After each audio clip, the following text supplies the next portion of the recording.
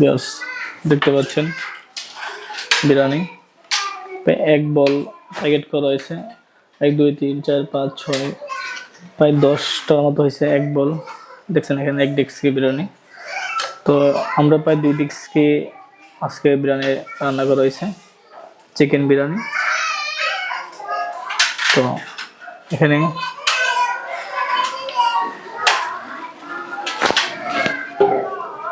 এই বিরিয়ানিগুলো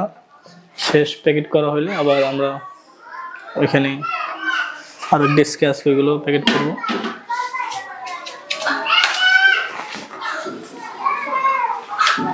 আরে বিরিয়ানিগুলো কাকে দেওয়া হবে মূলত উদ্দেশ্য যারা ইফতার সামর্থ্য নাই তাদেরকে দিব যারা গরিব না অসহায়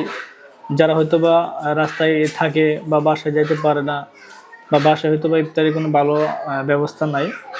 আমরা ওইসব মানুষদেরকেই কিন্তু দেওয়া হয়ে থাকে আপনারা জানেন যে আমাদের অতীতের যে ভিডিওগুলো করা হয়েছে বিলাল ফাউন্ডেশনে দেখতে পারবেন আপনারা মূলত একবারে দারিদ্র সীমার নিচে যারা বসবাস করে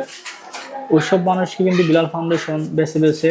খুঁজে তাদেরকে সহযোগিতার হাত বাড়িয়ে দেয় তো আজকে আমরা ঠিক ওরকমই যে 50 জন মানুষকে আমরা ইফতারি চিকেন বিরিয়ানি দিব তো আমরা ওই একেবারে দারিদ্র সীমার নিচে যারা বসবাস করে বিশেষ করে রিক্সা চালক যারা বস্তিতে থাকে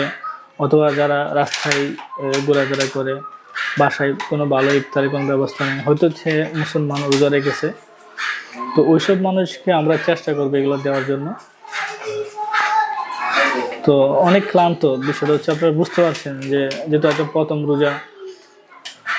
তো সেই হিসাবে আমরা সকাল থেকে এই কাজগুলো করা হচ্ছে এগুলো রেডি করা হচ্ছে প্যাকেট করা হচ্ছে তো এই প্যাকেট করার পর আবার আমরা এখন খুঁজে খুঁজে প্রত্যন্ত অঞ্চলে বা এখানে যারা আছে দরিদ্র মানুষ তাদেরকে খুঁজে বের করে আবার দিয়ে এসে কিন্তু আমাদের ইফতারের আগে আবার বাসায় ঢুকতে হবে কারণ এখানে নিয়ম অ্যাপ্রোচ রোজা রাখছে আমি রোজা রাখছি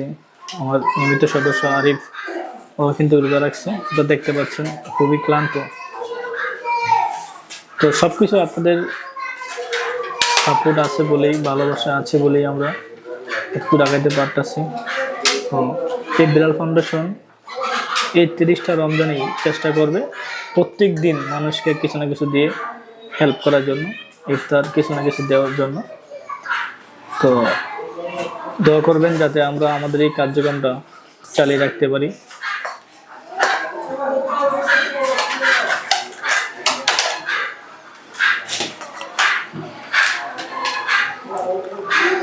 মিম আফরোজ মূলত কাকে দেওয়া হবে ইফতারিগুলো হ্যাঁ যারা রিক্সা চালায় ইফতারে টাইম পায় না তাদের মধ্যে আমরা সবাইকে সিরিয়াল করে তো মিম আফরোজ কিন্তু বললো যে যারা সত্যি একেবারে অসহায় গরিব মানুষ যারা হয়তো বা একেবারে ভালো কোনো ইফতারের কোনো ব্যবস্থা থাকে না তাদের বাসায় ওইসব মানুষদের কিন্তু আমরা চেষ্টা করি দেওয়ার জন্য এটা আমাদের নিজস্ব অর্থায়নে করা হচ্ছে